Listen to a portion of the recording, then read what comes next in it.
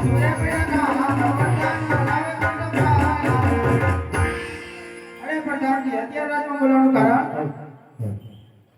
કીધું?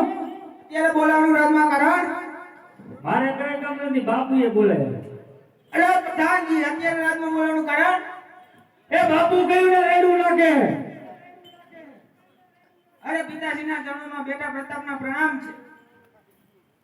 એ પિતાશ્રી અત્યારે રાજમાં બોલાવવાનું કારણ અરે બેટા પ્રતાપ, અત્યારે રાજમાં બોલાવવાનું કારણ તો પોતાની વ્યક્તિ કોઈ પંડિત આવ્યા છે.